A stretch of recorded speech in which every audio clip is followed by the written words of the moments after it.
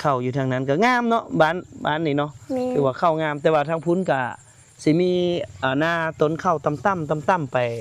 เรียนเลยพี่น้องเบิ่งบรรยากาศนี่ป๊า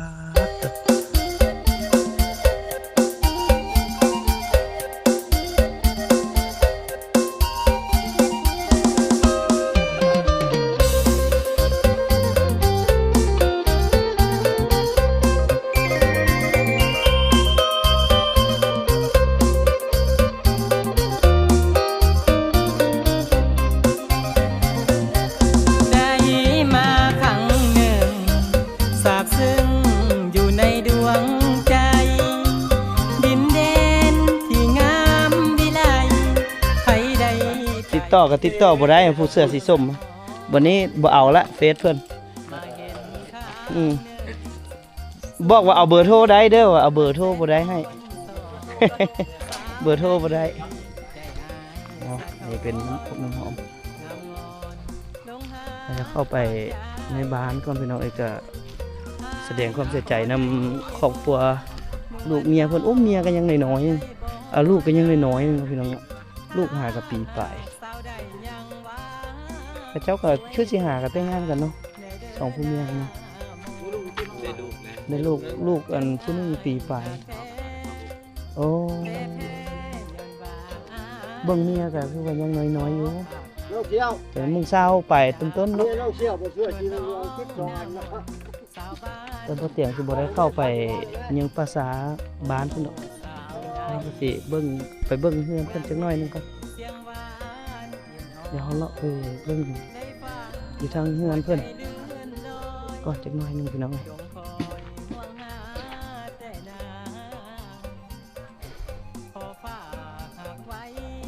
บ้านนาฮีเนี่ยก็เป็นบ้านนึงที่อยู่กลางขุนเขาภูเขาเนาะเป็นหมู่บ้านที่สงบสุขแต่ว่าเส้นทางนี่มาฮอดหมู่บ้านนี้ก็คือไปต่อบ่ได้เลยมันจะมาสุดอยู่บ้านนี้แล้วกันแล้ว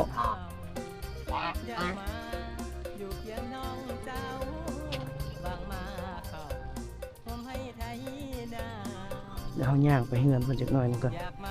ก่อนที่จะเลาะเบิ่งหมู่บ้านอีกจัก1 EP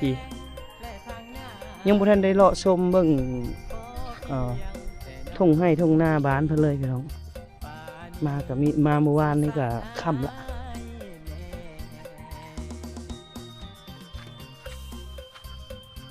เป็นตุ่มเนาะอย่าวางยามพุ่นไปเดี๋ยวย่างไปเฮือนเพิ่นจักหน่อย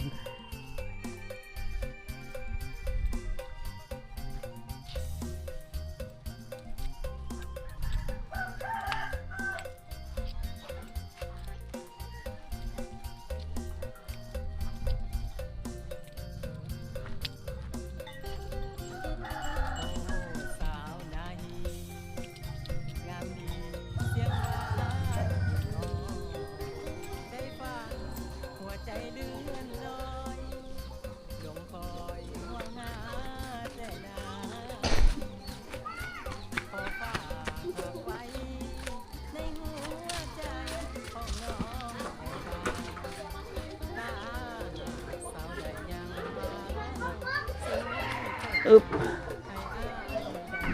โอ้ยจะคนจะไปคุณนี่ลูกเมียเพิ่นบ่ได้ไปเนาะ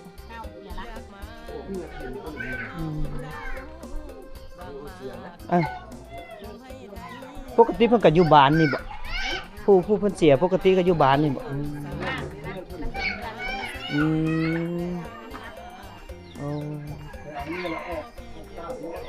แล้วก็ไปเฮ็ดเวียกเนาะปะลูกอยู่นี่บ่ลูกแล้วปะอยู่บ้านนี้ปะทำไมเฒ่าแล้วแหละพาเดี๋ยวไปหาเงินเนาะ2คนงานดีบ่เตียงก็มาบรรเทาทุกข์เพิ่น2 ล้านช่วยเพิ่นเฮ็ดอะไรเฮาก็ช่วยหยังบ่ได้ละได้แต่ซ้ำนี้แหละสุดความสามารถโดยโอ้ยคันประสานเดี๋ยวเนาะ แต่ที่แรกนี่ก็สิบ่ได้เสียเงินเสียค่าหลายปานนี้ดอกตามความคิดเฮาดอกเฮาคิดว่าน่าจะบ่เสียหลายเสียก็มันก็อาจ ตามเอาละจังแนว มันขึ้นหยังบ่ออกฮอดยามนี้ขึ้นหยังบ่ออกเลยแหละขึ้นเพียงแต่ว่าเฮ็ดอะไรสิฮอดเฮือนขึ้นสำคัญซื่อๆล่ะนี่ก็ครอบครัวเพิ่นพี่น้องญาติพี่น้องบ่เตียงก็มาแว่เพิ่นเมื่อวานถือว่าเป็น EP โอ้หลาย EP แล้วแหละพี่น้องมาบ้านนาฮีนี่ก็ที่จริงบ่เตียงข้ามเข้ามาบ้านนาฮีนี่ตั้งแต่ปี2000น่าจะ2019หา2020เนาะก็ช่วงนั้นก็สิมีน้องคำผางดังๆแน่เพิ่นก็สิขี้อายๆหน่อยนึงเนาะเจอกันอยู่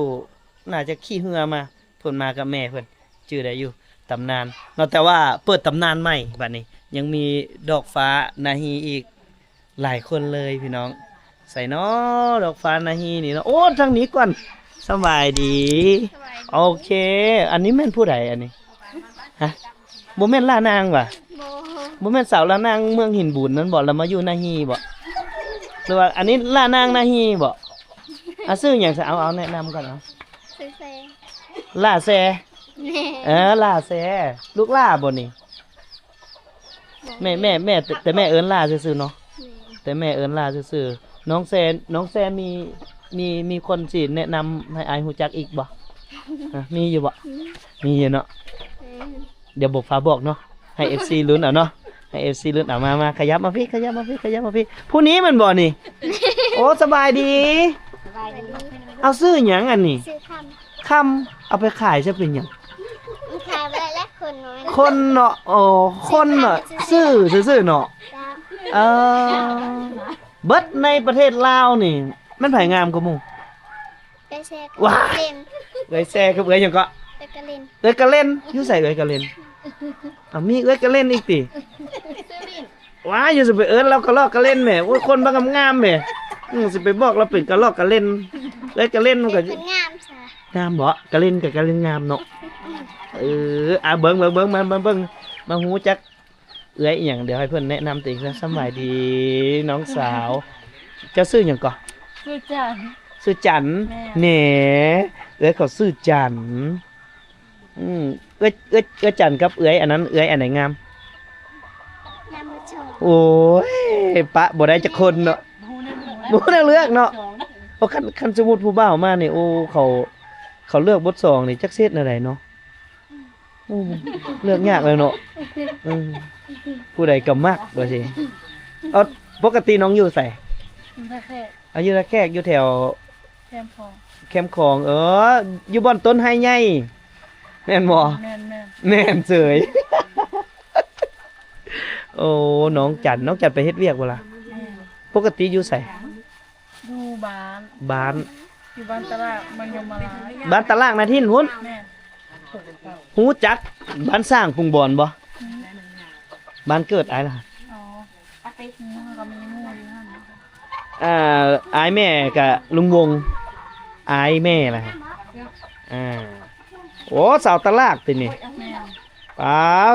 บ่คิดว่าสาวตลาดงามปานนี้เนาะโอ้ตลาดแล้วก็นาทินกายบ้านสร้างไปทะย้อยบ้านตลาดทะย้อยเด้แม่นบ่เฮ็ดพี่สร้างกินข้าวกับสร้างไปสิเด้ออีฮ้อ เพราะว่าบ่เตียงก็เป็นทะย้อยกันโอ้สาวย้อยงามเด้อพี่น้องเบ้าย้อยก็งามบ่เตียงข้ามกับทะย้อยเคยไป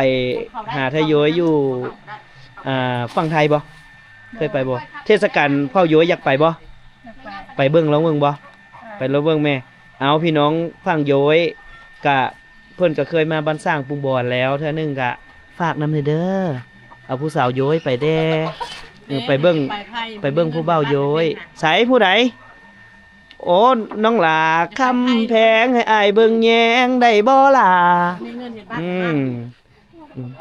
เพราะเขาละมีวาสนาเด็กเกาะก้อยลาคนงามโอ้อยากไปไทยบ่แท้บ่อยากไปให้หยังประเทศไทยเฮ็ดเวียกอยากเฮ็ดหยังอยู่ประเทศไทย มันก็ได้ เฮ็ดหยังก็ได้เฮ็ดหยังก็ได้เฮ็ดหยังก็ได้ เฮ้ยคือเขินคืออายปานนั้นบ่บ่คือเขินคืออายปานนั้นไม่สิเฮ็ดเวียกใดบ่เขาให้แต่คน18ปีเด้ เป็นอายุเพียงต้น ใช่มันนัก18 ปีนะเบิ่ง ให้18ปีก่อนเฮ็ดอยู่ลาวก่อนเนาะเอาอยู่แถวทะคอกทะแคกก่อนเนาะแล้วถนัดสุดเอางานที่ถนัดสุดเฮ็ดหยังล้างถ้วยบ่แพ้สันไลบ่ล่ะ บ่แพ้ยันแต่แพ้คนปากหวานเนาะ สไลด์นี่น้องบ่แพ้ดอกว่ายันแพ้คนปากหวานแต่ละคนปากหวานๆเมื่อกี้นี่ไปใส่ละโอ้ยปากหวานปากหวานก็หมู่ก็คือน้องสาวเพิ่นนั่นแหละน้องคำมาแหละโพดซะปากหวานแฮงเว้าเก่งเดี๋ยวนี้ตลอดน้องสาวเอ้ยคือบ่เอาแน่จะครึ่งหนึง ตอนนี้เป็นไดตอนนี้เข้ามาแล้วบ่ มาแล้วมาแล้วเนาะพาไปเบิ่งหน่อยกว่าเห็นว่ากันเลยเนาะเดี๋ยวพาไปเบิ่งหน่อยเนาะขอบแม่กันเด้อนี่เนาะใ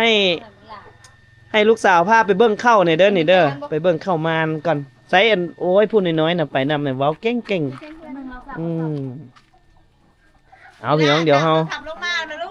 าสิไปเบิ่งเข้าก่อนออกทางไหนอยู่ไสนาเจ้า อยู่ไก่ โอ้มาไกลเพิ่นเนาะเดี๋ยวเฮาไปเบิ่งหน้าไกลๆก็ได้ไปเบิ่งหน้าไกลๆสาวหยังก็ เบิ่งหน้าสาวแก้ว หน้าสาวบ่หน้าสับแก้วเฮ้ยหน้าสาวเดี๋ยวไปเบิ่งหน้าสาวโอ้ยหมุนโอ้ยอ๋อสิอายบ่ฮอดใส่ว่ะเอามาถ่ายเพิ่นตั้งแต่ตอนอายุเพิ่น13ปีพุ่นน่ะจื้อบ่ตอนนั้นนั่นไผเอิ้นใส่กะผู้นั้นแหละ น้องสาว น้องสาวเจ้านั่นแหละ แม่ โอ้ยถ่ายแต่ผู้สาวคนอื่นเนาะว่าเอ้ยเฮาก็งามคือกันว่าซั่นเด้โอ้ยเอิ้นมาถ่ายแม่นบ่เจ้ามันว่าเอิ้นใส่เบาเตียงตอนนั้นเนาะแม่ไปออกทุ่งปะไปเบิ่งเข้ามานะไปเบิ่งเข้านาไปเดี๋ยวให้น้องคำกับน้องแชน้องคำแซเอิ้นรวมกันเลยน้องคำแซเดี๋ยวให้น้องคำแซ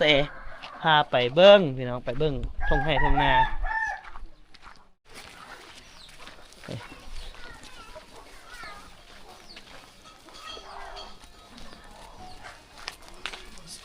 เคยมาถ่ายเพิ่นน่าจะปีกายนี่บ่น้องแซไอมาถ่ายปีกายเนาะ ปีไก่นี้ ปีกายนี้ตอนนั้นก็สิประมาณอยู่13ปีอายุเพิ่นก็13ปีว่าเตียงคำมาถ่ายมาปีนี้เป็นสาวแล้วได้เป็นนางเอกแบบเต็มโตแล้วเงียดอ้าวเอาเข้าไปเอาได้ไหมซับพายได้ไหมพายเร็วไวไหมเขาสิแซงเลยนะเฮือบานนาฮีไปแล้วได้ไหมเฮือนาธานพายได้ไหมเอาแล้วโอ้ยเนาะไอ้พี่น้องเดี๋ยวตามน้องแชร์ไปเบิ่งทุ่งนาเพิ่นว่าเข้าออกห่วงเลยได้เดี๋ยวออกห่วงสำไรเดี๋ยวเราไปเบิ่งน้ำกันนี่โอ้ตัวนี้หน้าไผ่นี่น้อง อันนี้น้าพี่น้องคือกัน หน้าพี่น้อง อยู่เรือนใกล้ๆเดี๋ยว โอ้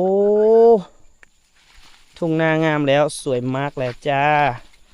สำหรับ เดินกันได้เที่ยว บุดนก็ได้เกี่ยวเดี๋ยวน้องแซ่กับต้นข้าวเกือบซ้ำกันเลยเนาะข้าวมันงามอีหลี แม่ ข้าวงามแฮง เขาทรงบ้านแล้วมันงาม แต่เกี่ยวหญ้าเกี่ยวไปให้ไผ หายงัว ให้งัวโอ้เอาไปนั่นแหละบัดนี้เฮาไปทางนี้ซะเนาะเอาไปเกี่ยวหญ้าเอาใส่คอเทิงก็ได้เอาคอเสื้อทางในก็ได้ล่ะใส่ไปเลยน้องเพิ่นน้องแชร์พี่น้องมื้อนี้บ่เตียงคำกะได้น้องแชร์มาเป็นนางเอกถือว่ามื้อนี้มาเป็นนางเอกแบบเต็มโตเลยเนาะเต็มโตทั้งสองไอเตียงคำนากายเลยเดี๋ยวเบิ่งบรรยากาศพี่น้องเบิ่งวิวท้องนาของบ้านเพิ่งนี่อุ้ย360องศานี่คือมีแต่ภูเขาเลยมีแต่ภูเขาอ้อมรอบเลยแม่นบ่น้องคำนี่มื้อนี้น้องคำก็เป็นนางเอกสำรองจากนางเอกสำรองจากเอ๋ยแชร์เนาะ หรือว่าเอ้ยคำใบแม่นบอก แม่ ชื่อแท้แม่นบอกคำใบ แม่ ซื้อแท้คำใบ ชื่อแท้คำใบอันนี้เข้าดอหรือเข้างานตัวนี้ อันนี้สิอาจจะเป็นข้าวโดดิ อ๋อเข้าดออันนี้เนาะมันสูงได้พี่น้องในเบิ่งไหมสูง มันอยากสูง ลื่นเลย เป็นอะไรระหว่างเข้าครับเอ้ยแซ่ไผ่สูงกว่า ไปแช่ เอ้ยแซ่ยังสูงอยู่เนาะขัดเจอเข้าอยู่ประเทศไทยนี่นะท่วมหัวเลยน้อง ไอเคยไปเบิ่งอยู่เข้าอยู่ทางนั้นก็งามเนาะบ้านนี่เนาะ แม่ คือว่าเข้างามแต่ว่าทางพุ้นก็สิมีหน้าต้นเข้าต่ำไปเรียนเลยพี่น้องเบิ่งบรรยากาศนี่ป๊าดตัวปกติเดือนใดเกี่ยวเข้า เดือน10เดือน11นี่แหละ เดือน10เดือน11 เนาะ ก็อีกจักหน่อยเลยนี่เนาะ แม่ ออกพรรษาแม่นบ่ แม่น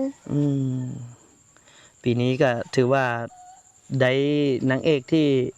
น่ารักที่สุดละอยู่ในบ้านนาฮี พี่น้องเลยก็สวยงาม มา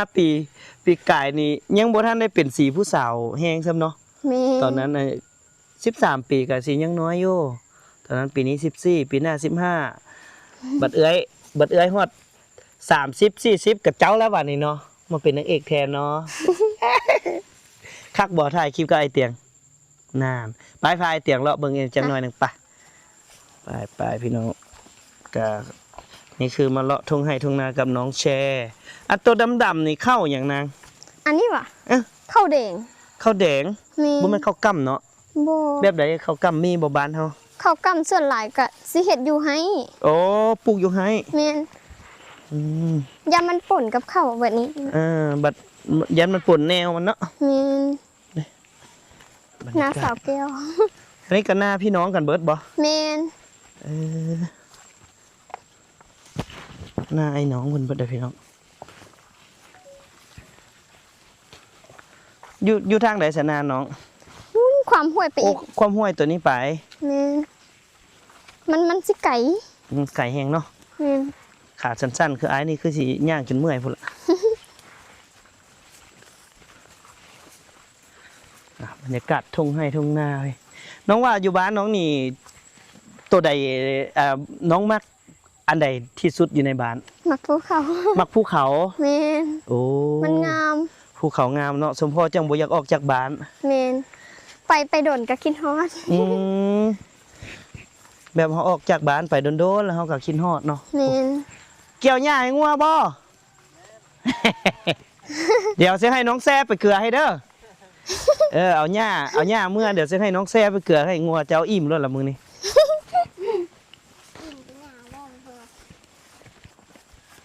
โอ้น้ำยังมีอยู่เนาะใส่เบ็ดได้อยู่บ่น้อง ได้ ลักยามมึงลักยามมึงเด้อ ใส่อย่าฟ้าวมาสิลักยามป่า สิลักยามนี่ก้อน อย่าบอกเด้อ ของพ่อเฒ่าเพิ่น อย่าบอกพ่อเฒ่าเจ้าเด้อถ้าค่อยสิลักยามเด้อ มายามมึงนึกยามมึงนึกคือบอกมึงป่าเลยเนาะ เอาขาสิมัดไว้มันสิบ่มีแล้วติ บ่มีแล้วเนาะโอ้ ก็มันนักอยู่เด้คือสิแม่นป่าตินะหอย หอย หอยอะ เดี๋ยวมันวัดเดี๋ยวก็อยู่ยากซะคันหอยเฮาบ่กินดอกเฮาบ่กินเดี๋ยวเฮาเลาะ ป่ามันอาจสิลงห้วยเบิดแล้ว ไปเบิ่งบ่อนน้ำสร้างเนาะเดี๋ยวไปเบิ่งบ่อน้ำพี่น้องไปเบิ่งบ่อน้ำสร้าง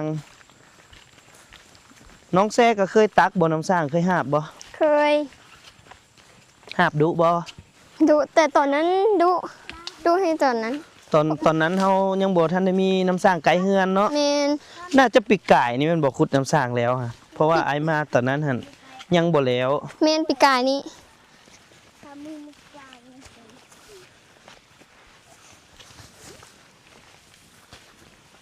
ไปเนี่ยมาเบิ่งโอ้แสดงว่าน้ำสร้างนี่ก็ยังมีผู้ใสอยู่ได้เนาะ แม่นบางคนก็เอามือต้มกิน โอ้มันใสน้ำลายบ่ล่ะ กัดยื้อได้ ยื้อได้เลย นี่ ไปเบิ่งไปเบิ่งดูมันยื้อได้เลยได้เพิ่นว่าน้ำสร้างบ่อน้ำอยู่เพิ่นนี่บ่อน้ำ อยู่บ้านนาฮีเนี่ยก็จะมีอยู่3บ่อพี่น้องบ่อหนึ่งแม่นอยู่ต้นบ้านเนาะน้องแซนเนาะ แม่น บ่อที่2แล้วอยู่กลาง อยู่กลางแล้วก็อยู่ใต้ อยู่ใต้ มีทางยากปานนี้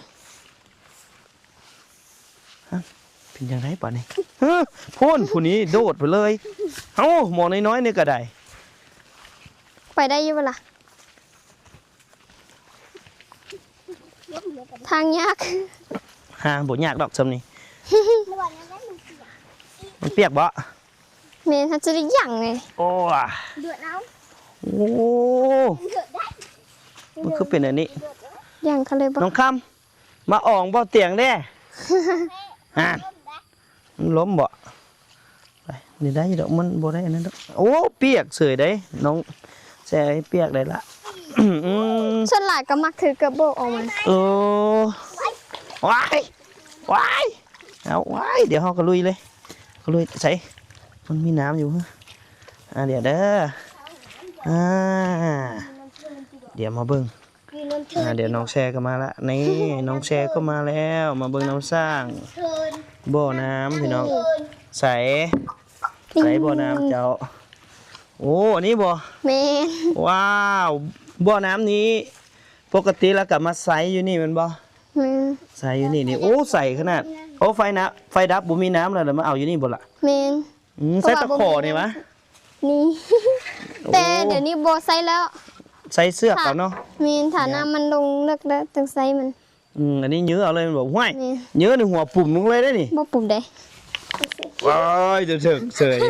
ว่าคันคุกระถึงเนาะ แม่น แต่ก้อนกะสิใส่แต่น้ำสร้างเนาะพี่น้องกะสิมีอยู่3ชุดคือบ่เตียงคำเอาแหละอยู่ส้นบ้านกลางบ้านแล้วก็อยู่จุดนี้เนาะเพิ่นมาเฮ็ดเป็นน้ำสร้างรวมของหมู่บ้าน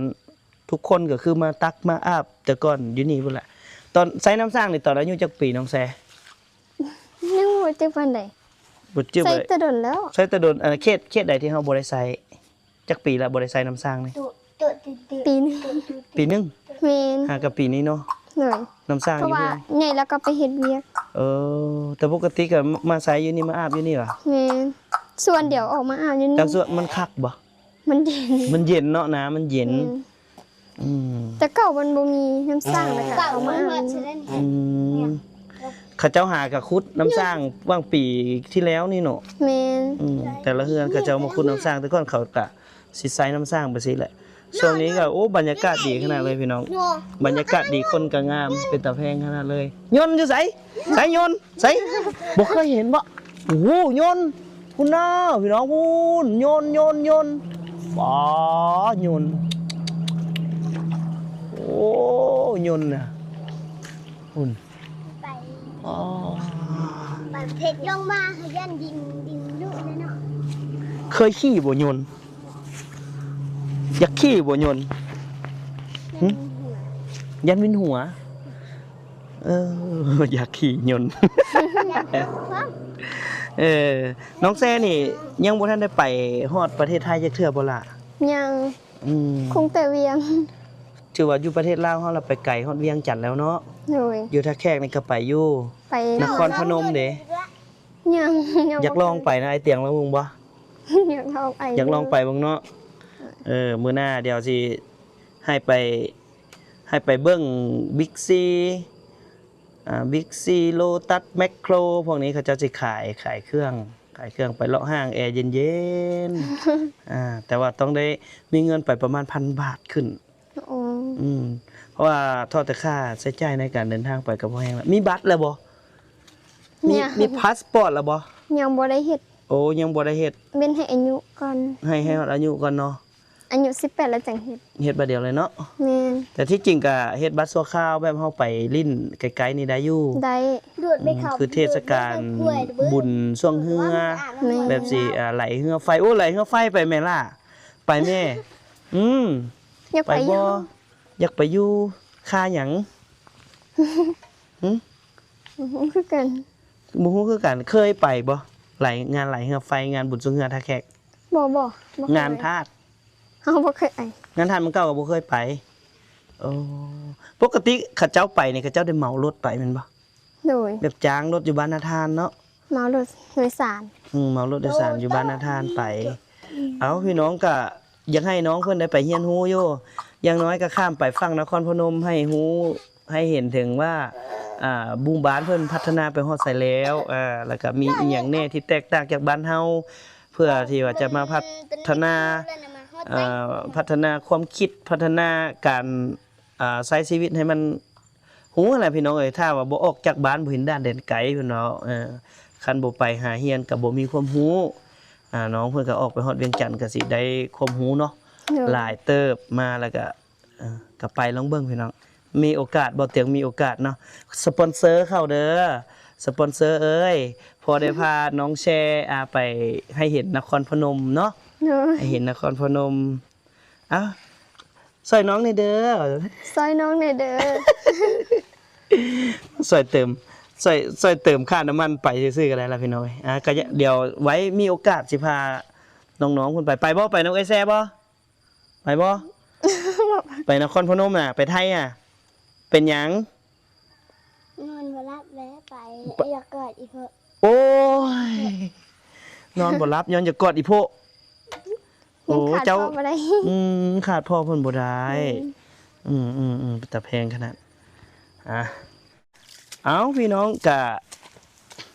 สิได้ปิดท้ายรายการอยู่ที่บ่อน้ำแห่งนี้เนาะเอาเดี๋ยวให้น้องแช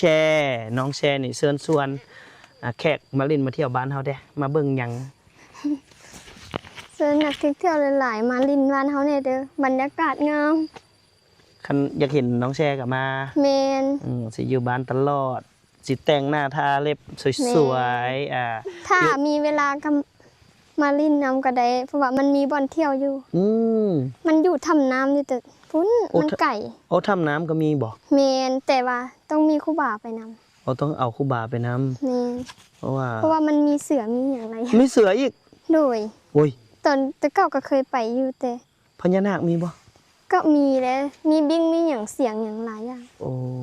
อยู่บ้านเฮาสำคัญสุดคือหยังประทัดเกศแก้วขอพรได้ขอได้หยังเด้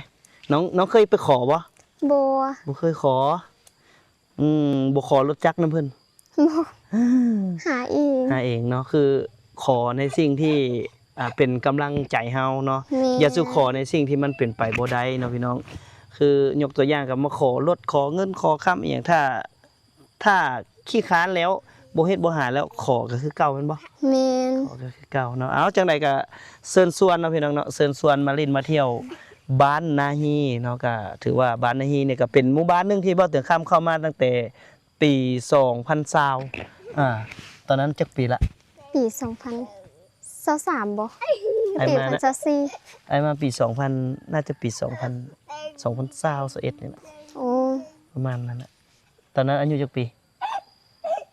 ประมาณ12มั้ง12 13มั้ง12 13ตอนนี้ปี2025มาปี2020ปี2020ประมาณจักปี8กว่าปีนี่แหละยังน้อยๆอยู่เนาะประมาณ8กว่าปีนี่แหละพี่น้อง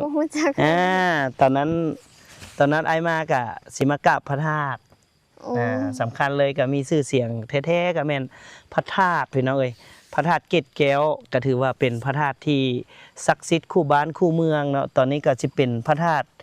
คู่เมืองมหาไซละเนาะเห็นป้ายท่องเที่ยวเพิ่นนี่ก็สิมีพระธาตุเกศแก้วบ้านนาฮีนี้เป็นพระธาตุหลักเลยแหละในการกราบไหว้บูชาทุกสารทิศเนาะอยู่ประเทศไทยนครหลวงเวียงจันทน์ฮู้หมดนั่นบ่เดือนหยังเพิ่นเฮ็ดบุญเดือน3เดือน3คอยลมวอยวอยประมาณเดือน3เพลงเนาะก็สิพร้อมกับพระธาตุเมืองเก่าพระธาตุนครพนมธาตุพนมก็สิพร้อมๆกันสักการะบูชาพร้อมกันแต่ว่าอยู่นี่เพิ่นจะเล่นจะเที่ยวแบบมีเอกลักษณ์แบบบ้านๆเลยพื้นบ้านเลยพี่น้องสิ่งที่สำคัญที่สุดในเมื่อมากราบพระธาตุแล้วก็จะเห็นวิวธรรมชาติเนาะมีภูผานี่อ้อมเลยเป็น